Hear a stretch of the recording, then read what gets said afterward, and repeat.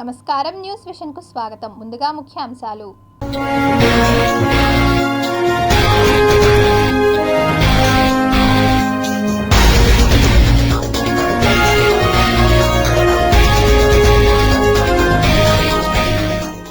అమెరికాను వణికిస్తున్న Candida infection, ప్రాణాంతకంగా మారిన virus.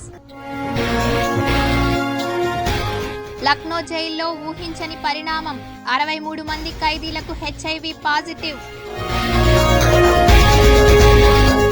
వాడి వేడిగా అసెంబ్లీ సమావేశాలు, తెలుగుదేశం పార్టీపై తీవ్ర స్థాయిలో మండిపడ్డ ముఖ్యమంత్రి వైఎస్ జగన్. ఆంధ్రప్రదేశ్లో పవర్ షేరింగ్ పై ఆసక్తికర రాజకీయం, డైలమాలో జనసేన. పోలీసులను పొట్టన పెట్టుకున్న రెడ్ శాండిల్ స్మగ్లర్లు, పోలీస్ అదుపులో నిందితుడు.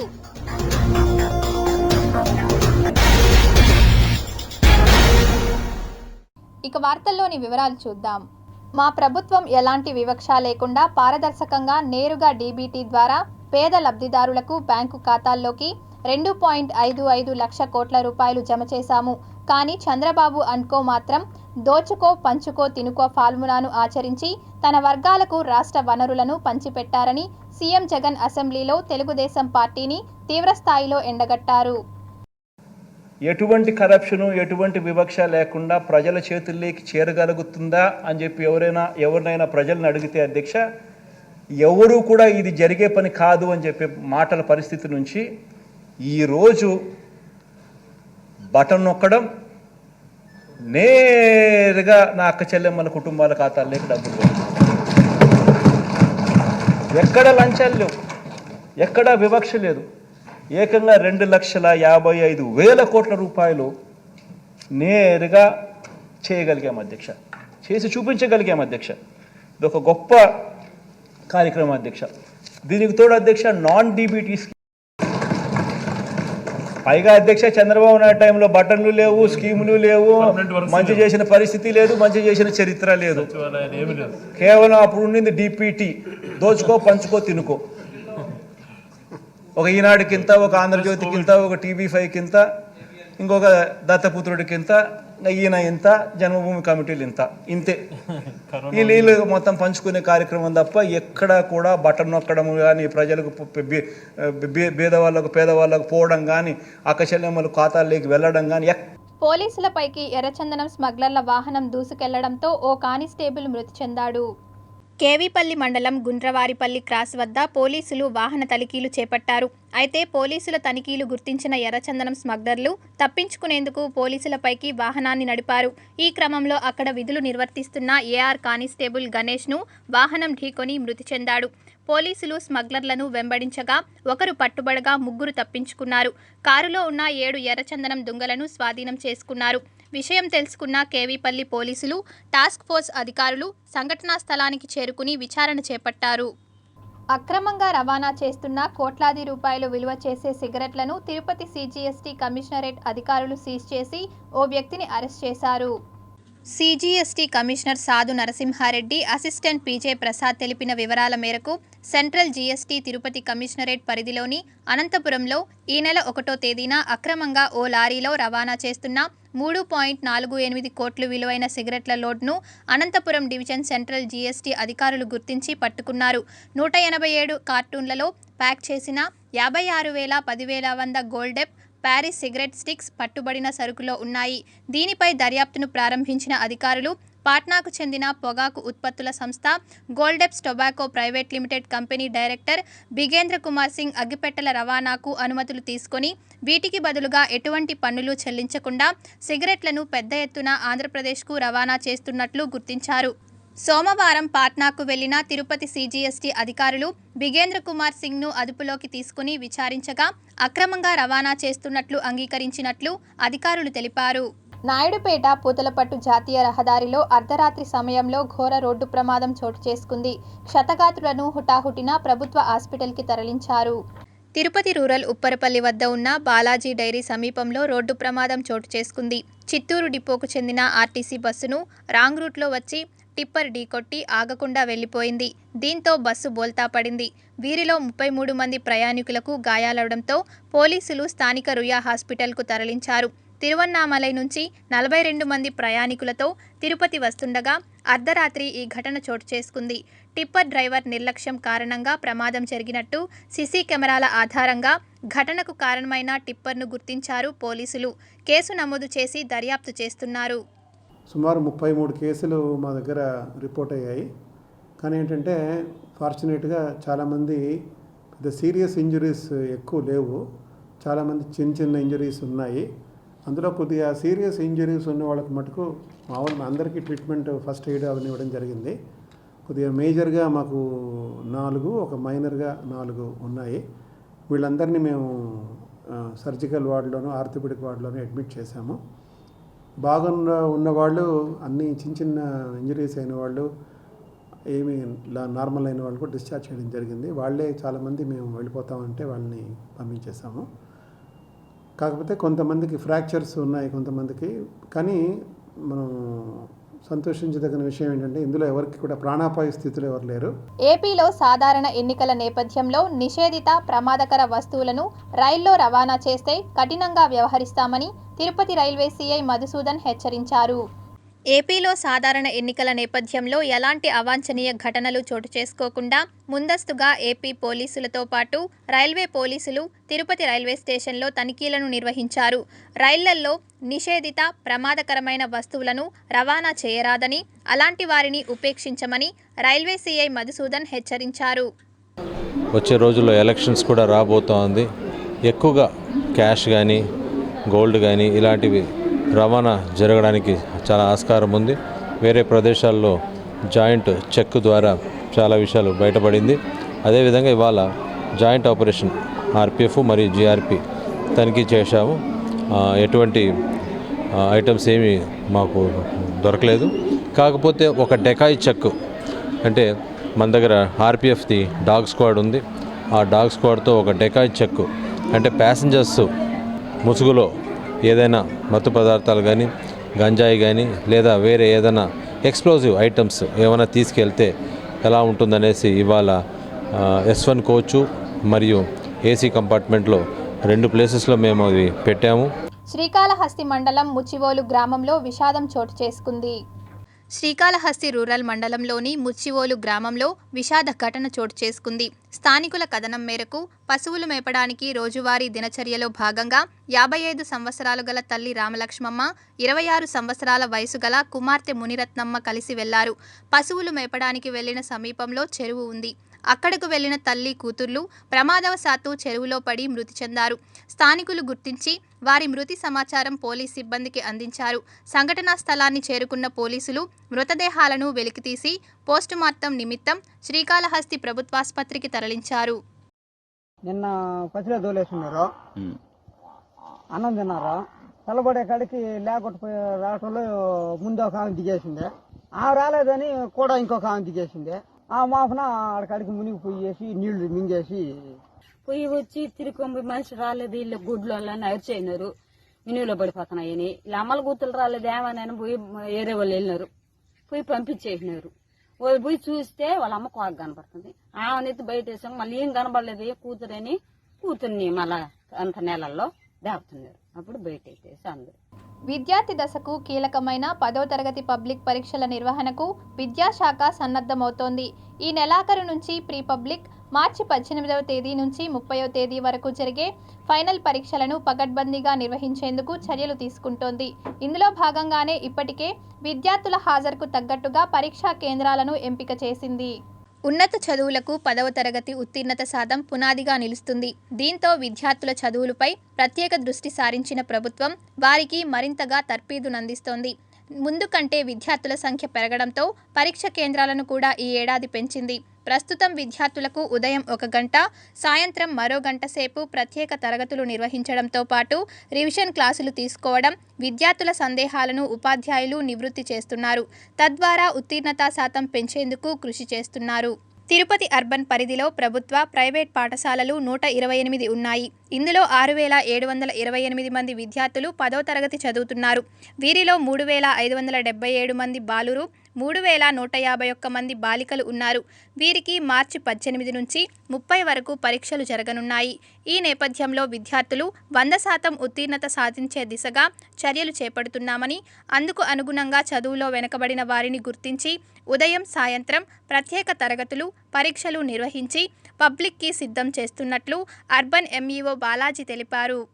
ఈవినింగ్ క్లాసు, మార్నింగ్ సెక్షన్స్ పెట్టారు. మార్నింగ్ 8:15 నుంచి ఈవినింగ్ 6:37 వరకు క్లాసెస్ అటెంప్ట్ చేశారు. ఇంకా ఐఎస్సి ప్యానల్స్ వచ్చాయి, ట్యాబ్స్ వచ్చాయి. వాటి వల్ల ఇంకా కొంచెం చదువుని ఇంకా డెవలప్ చేసుకొని 10th పబ్లిక్ మేము ఇంకా బాగా రాస్తామని నమ్మకంతో బాగా చదువుకుంటున్నాము. మార్నింగ్ క్లాస్లో 8:15కి వచ్చి చదువుకొని మళ్ళీ 6 వరకు ఉండి చదువుకొని ఇంటికి వెళ్తున్నాము. ఇంటికి వెళ్ళిన తర్వాత మళ్ళీ ఫ్రెష్ అప్ అయ్యి మళ్ళీ చదువుకొని మళ్ళీ ఈవినింగ్ డిన్నర్ చేసి మళ్ళీ చదువుకుంటున్నాము. టెల్లర్స్ని, యావరేజ్ స్టూడెంట్స్ని, టాపర్స్ని సబ్ గ్రూప్స్గా డివైడ్ చేసి ఇంకా ప్రిపేర్ బాగా చేస్తున్నారు. ఇంటర్కి కానీ డిగ్రీకి కానీ పడే గట్టి పునాది 10th. అందుకని మేము 10థ్కి ఇంట్రెస్ట్ పెట్టి, మనసు పెట్టి, శ్రద్ధతో చదువుతున్నాము. ఖచ్చితంగా 10th పాస్ అవుతాము. ఆ ధైర్య నమ్మకంతోనే మా సార్ వాళ్ళ సహాయం తీసుకొని వాళ్ళు మా పైన పెట్టే కృషితో మేము ధైర్యంగా చదువుకుంటూ 10th ఖచ్చితంగా పాస్ అవుతామని ఆశిస్తున్నాం. ఇంకా కేవలము కొద్ది రోజులే ఉంది కాబట్టి ఈ టైంను విద్యార్థులందరూ కూడా సద్వినియోగం చేసుకోవాలి. తల్లిదండ్రులందరూ కూడా విద్యార్థులను వాళ్ళకి చదువు వైపు ప్రోత్సహిస్తూ వాళ్ళని ఉదయాన్నే లేపి వాళ్ళకి కావాల్సిన సదుపాయాలు కల్పించి వాళ్ళందరూ కూడా పాఠశాలకు రెగ్యులర్గా హాజరయ్యే విధంగా తల్లిదండ్రులు చూసుకోవాలి. అదేవిధంగా తల్లిదండ్రులు విద్యార్థులకు ఏదైనా వాళ్ళలో కొన్ని మార్పులు, వాళ్ళలో ఏదన్నా కొంచెం డిఫరెన్స్గా ఉంటే వాళ్ళతో కౌన్సిలింగ్ చేసి వాళ్ళని మంచి సరైన మార్గంలో నడిపే విధంగా ఏర్పాటు చేసుకొని తల్లిదండ్రులు ఒక కౌన్సిలర్గా వ్యవహరించి ఆ విద్యార్థులను మంచి సక్రమైన దారిలో పెట్టి ఆ విద్యార్థులకు కావాల్సిన సదుపాయాలన్నీ కల్పించి పరీక్షలు సన్నద్ధం చేసుకోవాలి. తల్లి బిడ్డ సంరక్షణకు కేర్ ఆఫ్ అడ్రస్గా మారింది తిరుపతిలోని ప్రభుత్వ ప్రసూతి ఆసుపత్రి. ముఖ్యంగా అప్పుడే పుట్టిన పిల్లల సంరక్షణ, బరువు తక్కువగా పుట్టిన పిల్లలకు మెరుగైన వైద్య సదుపాయాలు ఉన్నాయి. తిరుపతి నగరంలో 1968 సంవత్సరంలో ప్రభుత్వ ప్రసూతి ఆసుపత్రిని ఏర్పాటు చేశారు. ఈ ఆసుపత్రి అంచెలంచెలుగా ఎదిగి నేడు దాదాపు 370 బెడ్లతో రాయలసీమ జిల్లాలోనే మహిళలకు పెద్ద ఆసుపత్రిగా పేరు పొందింది. ఇక్కడ ప్రతిరోజు 30 నుంచి 40 సాధారణ ప్రసవాలు, 10 నుంచి 15 సిజేరియన్ ఆపరేషన్లు, అవి కాకుండా గర్భాశయ చికిత్సలు, ఫ్యామిలీ ప్లానింగ్ ఆపరేషన్లు జరుగుతుంటాయి. ప్రస్తుతం ఈ ఆసుపత్రిలో అప్పుడే పుట్టిన పిల్లల కోసం మరియు బరువు తక్కువగా పుట్టిన పిల్లల కోసం నవజాత శిశు సంరక్షణ కేంద్రాన్ని ఏర్పాటు చేశారు. ఇందుకోసం ఐసీయూతో కూడిన 30 బెడ్లు అందుబాటులో ఉన్నాయి. నెలలు తక్కువగా పుట్టిన పిల్లలతో పాటు బరువు తక్కువగా ఉన్నవారు, పుట్టుకతోనే వివిధ వ్యాధులతో ఉన్న పిల్లలకు ఇక్కడ ప్రత్యేక చికిత్సను అందిస్తున్నారు. ఇందుకోసం అవసరమైన అన్ని వైద్య పరికరాలు అందుబాటులో ఉన్నాయి. అలాగే 3 చిన్నపిల్లల వైద్య నిపుణులు ఎప్పుడూ అందుబాటులో ఉంటారు. నెలలు తక్కువగా పుట్టిన పిల్లలతో పాటు బరువు తక్కువ ఉన్న వారికి మంచి వైద్య సదుపాయాలు ఇక్కడ ఉన్నాయని, రాయలసీమ ప్రాంత ప్రజలు సద్వినియోగం చేసుకోవాలని హాస్పిటల్ సూపరింటెండెంట్ డాక్టర్ పార్థసారథి కోరుతున్నారు. అలాగే చిన్నపిల్లల హాస్పిటల్లో పిల్లలకి అవసరమైన తల్లిపాలు, రోటరీ క్లబ్ పేరుతో మదర్ మిల్క్ బ్యాంక్ను త్వరలో ప్రారంభిస్తున్నామని సూపరింటెండెంట్ మీడియాకు తెలిపారు. నెలలు నిండకుండానే కాన్పులయ్యేటువంటి కేసులు కొన్ని ఎక్కువ కనిపిస్తుంటాయి. వాటికి ఆ బేబీలకు సరైనటువంటి చికిత్స అందించడానికి మన దగ్గర ఇప్పుడు ప్రత్యేకమైనటువంటి సదుపాయం ఉన్నది. దీన్ని ఎస్ఎన్సియు అంటాము. ఇక్కడ మనకు 20 బెడ్డెడ్ ఉంది. కానీ ఒక్కోసారి 30-35 మంది బేబీలు కూడా అడ్మిషన్లో ఉంటున్నారు. వీళ్ళని ఎందుకంటే నెలలు తక్కువ పుట్టిన బిడ్డలు, తర్వాత పుట్టిన తర్వాత ఊపిరి సరిగ్గా ఆడిన బిడ్డలు, బరువు తక్కువతో పెరిగేటువంటి బిడ్డలందరినీ కూడా దీంట్లో పెట్టుకొని ప్రత్యేకమైనటువంటి చికిత్స అందిస్తుంటాము. తర్వాత ఇంకా కూడా కష్టమయ్యి వెంటిలేటర్ అమర్చాల్సినటువంటి పరిస్థితి వస్తే ఎన్ఐసి అనేటువంటి ఇంకొక యూనిట్ ఉంది హాస్పిటల్లో, దానికి తరలించడం జరుగుతుంది. సో ప్రతి బేబీని కూడా సాధ్యమైనంత వరకు బ్రతికించడానికి ట్రై చేసి వాళ్ళందరినీ కూడా రక్షిస్తూ ఉంటారు. తర్వాత కంగారు మదర్ టెస్ట్ అండ్ అది ఉంటాము. దాంట్లో కూడా తల్లిని బిడ్డకు ఛాతీ మీద పెట్టి ఉండేటువంటి, ఎందుకంటే వెచ్చగా ఉండటానికి చేస్తూ ఆ మెథడ్ను కూడా మనం పాటిస్తున్నాము.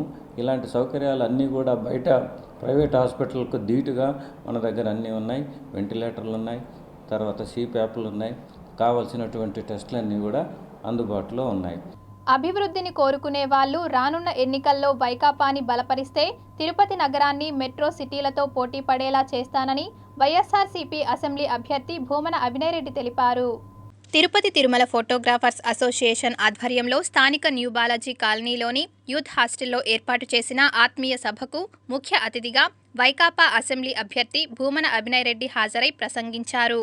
మీ అందరి సహాయ సహకారాలు మద్దతు ఉండాలని అవి కోరేందుకే నేను మీ మధ్యకు వచ్చానన్న విషయాన్ని నేను తెలియజేస్తున్నాను. మొదటిసారిగా ఈ నగరంలో ఓ 35 ఏళ్ల వయసున్న ఓ యువకుడికి పాలనా పగ్గాలు చేతికొచ్చినాయి. ఒక 5% ప్రజలన్నా వీడేదో చేస్తాడన్న నమ్మకం పెట్టుకొని ఉంటారు. ఆ నమ్మకాన్ని నేను చెడగొట్టుకోవాలనుకోవడం లేదు. పాత చింతకాయ పచ్చడిలాగా బూజుగొట్టుకుపోయిన ఆలోచనలతో నేను నిర్ణయాలకు పరిమితం కాకూడదు అనుకుంటున్నా. పాత తరాన్ని అనుసంధానం చేసుకొని ముందుకు పోతా. కానీ నేను చేసినటువంటి పని ప్రజలకు ఉపయోగపడితే నా గెలుపోవటం ఎట్టుంటాయనే దాంతో నేను నిమిత్తం లేకుండా పనిచేస్తానన్నా. బ్రహ్మం గారి కాలజ్ఞానం ప్రకారం త్వరలో తిరుపతి రాజధాని అవుతుందని కేంద్ర మాజీ మంత్రి చింతామోహన్ ధీమా వ్యక్తం చేశారు. తిరుపతి రాజధాని నగరం అవుతుందని బ్రహ్మం గారు ఆయన ఎవరో నాకు తెలియదు, మొక్కమే తెలియదు, 300 సంవత్సరాల నాడు చెప్పాడంట. కాలజ్ఞానంలో రాసి ఉందంట. ఎందుకు చెప్పినాడు ఆయన? అవసరం ఏముంది ఆయనకి? రాసి పెట్టేసిపోయినాడు తిరుపతి రాజధాని అని. అదే కదా వచ్చేసింది, ఇప్పుడు కనపడుతుంది నా కళ్ళకి. ఆ బ్రహ్మ ఎక్కడ రాశాడో ఎప్పుడు రాశాడో నాకు తెలీదు. ఆయన నాకు అసలు పూర్తిగా నేను వారిని గురించి తర్వాత మాట్లాడుకున్నాం. రాజధాని నగరం అని రాసి పెట్టిపోయినాడు. ఆయనకు అవసరం లేదు, ఆయనకేం ఓట్లు అవసరం లేదు, లేకపోతే ఆయనకేం సీట్లు అవసరం లేదు, మెప్పులు అవసరం లేదు, గొప్పలు అవసరం లేదు. ఒక సెయింట్, ఒక సన్యాసి రాసి పెట్టిపోయాడు తిరుపతి రాజధాని నగరం అవుతుంది అని. బ్రహ్మయ్య చెప్పిన మాటలు వినాల్సి వస్తూ ఉంది. నాకు నమ్మకం కుదురుతూ ఉంది. మరి తిరుపతి రాజధాని నగరం అవుతుంది, అయి తీరుతుంది అని. తిరుపతి అభివృద్ధి నిరోధకుడు భానుప్రకాష్ రెడ్డిని రాబోయే రోజుల్లో తిరుపతి ప్రజానికం నగరం నుంచి బహిష్కరిస్తారని వైసీపీ యువజన విభాగం నాయకులు పసుపులేటి సురేష్, వాసు యాదవ్ తెలిపారు. తిరుపతి ప్రెస్ క్లబ్లో ఏర్పాటు చేసిన విలేకరుల సమావేశంలో వారు మాట్లాడారు. అయ్యా భానుప్రకాష్ రెడ్డి, గతంలో మీరు పాలక మండలి సభ్యులుగా వ్యవహరించారు. మీరు పాలక మండలి సభ్యులుగా ఉన్నటువంటి కాలంలో ఏ రోజైనా పాలక మండలి సమావేశంలో శ్వేతపత్రాన్ని విడుదల చేయాలని నిధులకు సంబంధించిన ఏ రోజైనా ప్రశ్నించారా? ఏ రోజైనా ఆ ప్రస్తావన తీసుకొని వచ్చారా? అన్యమతస్థులు ఉద్యోగంలో ఉన్నారు, వారిని తొలగించాలని చెప్పి మాట్లాడుతున్నారు. మీరు పాలక మండలి సభ్యులుగా ఉన్నటువంటి కాలంలో ఏ రోజైనా దానికి సంబంధించినటువంటి ప్రస్తావన తీసుకొని వచ్చారా? ఈరోజు కేవలం మీ యొక్క రాజకీయ ఉనికిని చాటుకోవడానికి మాత్రమే ఇలాంటి తుచ్చమైన నీచమైనటువంటి మాటలను మాట్లాడుతున్నారు తప్ప ఎక్కడ కూడా మీరు మేలు కలిగేటువంటి ప్రస్తావనలు రాజకీయాలు చేయడం లేదని చెప్పేసి కూడా ఈ సందర్భంగా మేము తెలియజేస్తున్నాం. అసలు వీళ్ళకి తిరుపతి మీద ఎందుకు ఇంత కక్ష అని కాస్త నాకు అనుమానం వచ్చి కొంచెం వివరాల్లోకి వెళ్ళాను. తిరుపతి జరిగిన ఇన్ని సంవత్సరాల ఎన్నికలలో స్వతంత్రంగా బీజేపీ పార్టీ పోటీ చేస్తే కనీసం 2000 ఓట్లు కూడా దాటని పరిస్థితుల్లో బీజేపీ పార్టీ ఉంది. స్వతంత్రంగా పోటీ చేసిన ఏ ఎన్నికల్లో కూడా బీజేపీ పార్టీని తిరుపతి ప్రజలు ఎప్పుడూ కూడా ఆదరించలేదు. కంచే చేను మేస్తే ఈ సామెత తిరుపతి నగరపాలక సంస్థలో కొందరు అధికారులకు సరిగ్గా సరిపోతుంది. అది ఎలానో ఇప్పుడు చూద్దాం. సాధారణంగా రక్షించవలసిన వారే భక్షిస్తే అలాంటి సందర్భాల్లో కంచె చేను మేస్తే అన్న సామెతను ఉపయోగిస్తాం. ప్రస్తుతం ఈ సామెత తిరుపతి నగరపాలక సంస్థలోని కొందరు అధికారులకు సూట్ అవుతుంది. తిరుపతి నగరంలో రాజకీయ పార్టీ నాయకులు లేదా ప్రముఖులు వారి పుట్టినరోజు వేడుకలకు నగరంలోని పలు చోట్ల ఫ్లెక్సీలను ఏర్పాటు చేస్తుంటారు. అదేవిధంగా షాపింగ్ మాల్స్ లేదా హాస్పిటల్స్, వివిధ దుకాణాల ప్రారంభోత్సవాలకు సైతం ఫ్లెక్సీలు ఏర్పాటు చేస్తుంటారు. ఇక్కడ అనుమతి లేని ఫ్లెక్సీలను నగరపాలక సంస్థ అధికారులు తొలగించి వాటిని నగరపాలక సంస్థ కార్యాలయానికి తరలిస్తుంటారు. అలా తీసుకెళ్లిన ఫ్లెక్సీలను అధికారులు ఒక్కసారిగా వేలంలో విక్రయించడం చేస్తుంటారు. అయితే నగరపాలక సంస్థలోని కొందరు అధికారులు, కింది స్థాయి సిబ్బంది వాటిని దొంగతనంగా తరలించి సొమ్ము చేసుకుంటూ నగరపాలక సంస్థ ఆదాయానికి గండి కొడుతున్నారు. ఈ వ్యవహారం ఓ అధికారి కనుసన్నల్లో జరుగుతోంది. నూతనంగా వచ్చిన నగరపాలక సంస్థ కమిషనర్ ఈ వ్యవహారంపై దృష్టి సారించి ఇంటి దొంగల భరతం పట్టాలని కోరుతున్నారు. ప్రేములన్నీ కూడా తీసుకుపోయి మున్సిపల్ కార్యాలయంలో పెట్టి దాని ఏలం పాట పాడేది ఆనవాయితీగా తిరుపతి మున్సిపాలిటీలో జరిగేది గతంలో. కానీ ఇప్పుడు తెల్లారితో తీసుకుపోయి పెట్టిన ప్రేములు మధ్యాహ్నాలకు మాయమైపోతూ ఉంది. ఇది మున్సిపాలిటీకి గండి కొట్టే చర్యలుగా భావిస్తూ ఉన్నాం. ఎందుకంటే గతంలో దీనివల్ల మున్సిపాలిటీకి ఆదాయం వచ్చేది, దాని మంచి పనులకు ఉపయోగించుకునేది.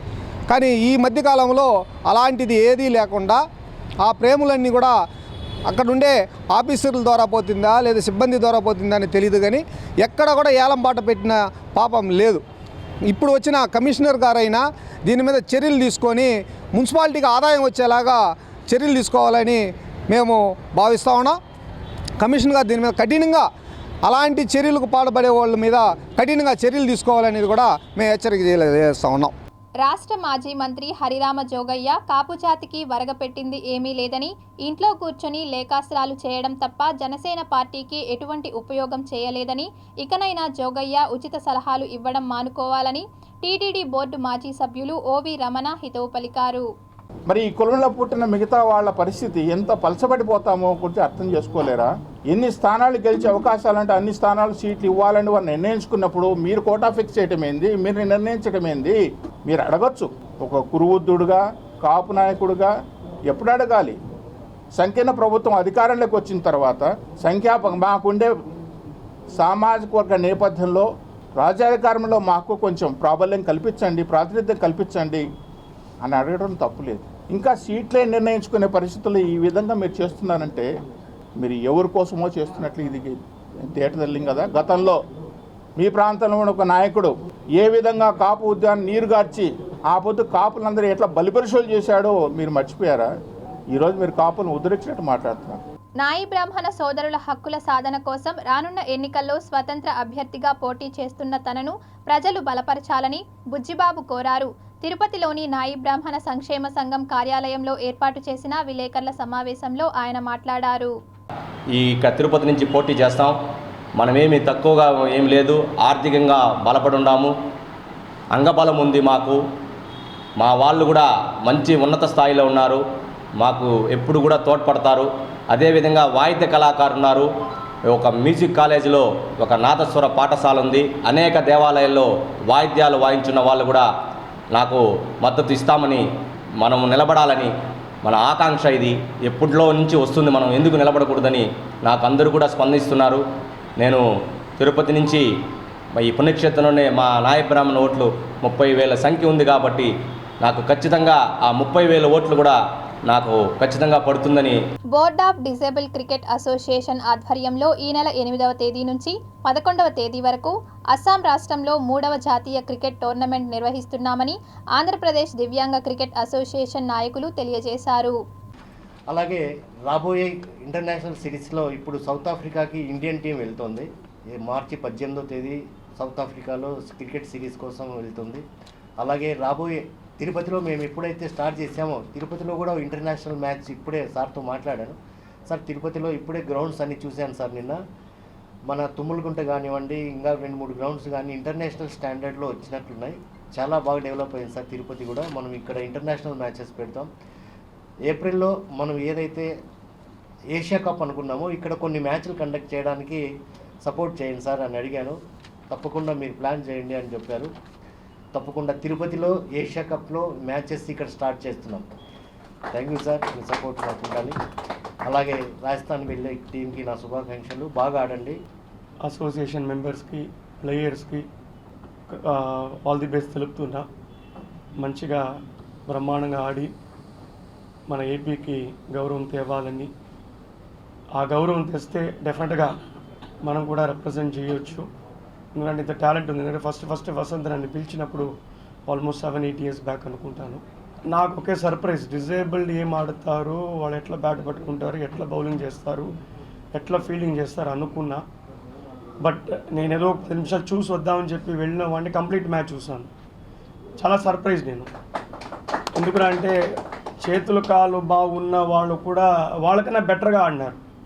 ఆ ఫాస్ట్, ఆ పేస్ బౌలింగ్ కానీ, ఆ బ్యాటింగ్ కానీ, రియలీ ఆ హోల్ మ్యాచ్ నేను కూర్చొని చూసేటట్లు చేసింది ఆ match. Tirupati gold jewellery and silver merchants association సమాచారం మేరకు తిరుపతి లోకల్ బులియన్ మార్కెట్లో బంగారం, వెండి ధరలు ఇలా ఉంటాయి. 24 క్యారెట్ల అపరంజి బంగారం 10 గ్రాముల ధర 64,380 రూపాయలు. 22 క్యారెట్ల బంగారం 1 గ్రాము ధర 5,782 రూపాయలు.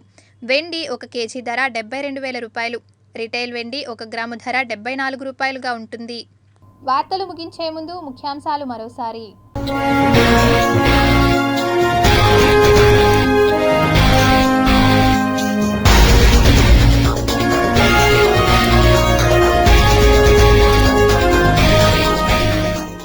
అమెరికాను వణికిస్తున్న క్యాండిడా ఇన్ఫెక్షన్, ప్రాణాంతకంగా మారిన వైరస్. లక్నో జైల్లో ఊహించని పరిణామం, 63 మంది ఖైదీలకు HIV పాజిటివ్. వాడి వేడిగా అసెంబ్లీ సమావేశాలు, తెలుగుదేశం పార్టీపై తీవ్ర స్థాయిలో మండిపడ్డ ముఖ్యమంత్రి వైఎస్ జగన్. ఆంధ్రప్రదేశ్లో పవర్ షేరింగ్ పై ఆసక్తికర రాజకీయం, డైలమాలో జనసేన. పోలీసులను పొట్టన పెట్టుకున్న రెడ్ శాండిల్ స్మగ్లర్లు, పోలీస్ అదుపులో నిందితుడు.